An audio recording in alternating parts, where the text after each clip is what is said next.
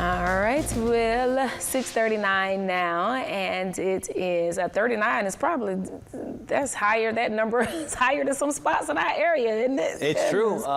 We got a lot of spots that are going to be at or below freezing this morning. Going to see that again tomorrow morning and a whole bunch more next week. Maybe we get a little warm up in there Sunday, Monday, but we'll watch and see how things all change for this afternoon. I think we're going to get to the mid 60s for highs. Didn't quite get that warm yesterday. We should get a little warmer today before that next push of cooler air gets here, and that's going to make tomorrow's afternoon temperatures struggle a little bit. So 24-hour temperature cast is going to keep us on the cooler side of normal, I think, for quite a bit over the next week or so. This is what we're looking at here, satellite radar composite. Maybe a couple of clouds down across parts of the Florida Peninsula, but they're scooting away. I think a lot of us are going to have all kinds of sunshine. It's just not going to warm things up all that much. We've got lots of clear, we've got lots of calm, we've got lots of dry, and that gives us lots of cold this time of year. It's 30 at the Tallahassee Airport, 32 for Thomasville, 33 in Valdosta, and we'll notice similar temperatures all over the place. Camilla, one of the coolest spots at 28, now joined there in Live Oak at 28 degrees. Mariana's with Valdosta at 33. I see the 32s in Perry and in Bainbridge, and that's at 30 in Quincy to match that 30 at the Tallahassee Airport. Now, it's not going to be breezy today, but I do think we'll notice that breeze a little bit more in spots tomorrow once we get that next push of cooler air. Fog is not an issue, not going to be a factor for the next couple of days. We'll see if maybe by Sunday, Monday, and we start to change the winds, we can find a little fog. There is some snow up over the Ohio Valley. We're actually more interested in what's going to be going on over here towards areas like Oklahoma, where we'll see the next energy develop. Now, that next energy is going to be moving a little bit north, but it's going to drag a boundary.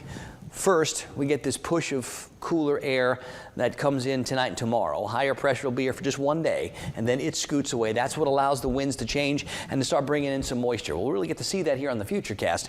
For today, for tomorrow, all those green arrows are coming in from the top of the screen. But we get to Sunday, and you see how they all turn from the east to southeast and south. That starts to bring in the warmer, more humid. So I think we get a little warmer Sunday afternoon. I think we start way warmer on Monday morning. And the question is, will there be enough moisture in place for that boundary to work with? Today, we're going to have a boundary move through the area, but there's not going to be any moisture for it to work with. So we get maybe a couple of high, thin clouds, and that's all. When this one gets here, after a full day's worth of southerly winds, now we've got a chance to get some showers, some thunderstorms. And of course, these would only be rain chances because it's going to be way too warm for anything else. We'll have our eyes on it. We'll have updates for you over the weekend. We're talking about Monday here for that next chance to get wet. So we've got some time to watch and see how it all comes together. On the Gulf today, north and northeast winds 5 to 15, seas 1 to 3 feet. We're talking 30s this morning, mostly clear and cold, even a few upper 20s sprinkled in. I think a lot of us get to the mid 60s today. We'll call it mostly sunny. Tonight into tomorrow, it's going to be clear, cold, back in the low 30s again. And then tomorrow afternoon, maybe a little breezy with those top temperatures having a tough time getting out of the 50s. I think Sunday we warm up a little bit better and a little bit faster. We stay a little warmer to start Monday before the next push of cold air comes behind those shower chances. And next week, we could have a tough time getting into the mid 50s. So there's more cool on the way.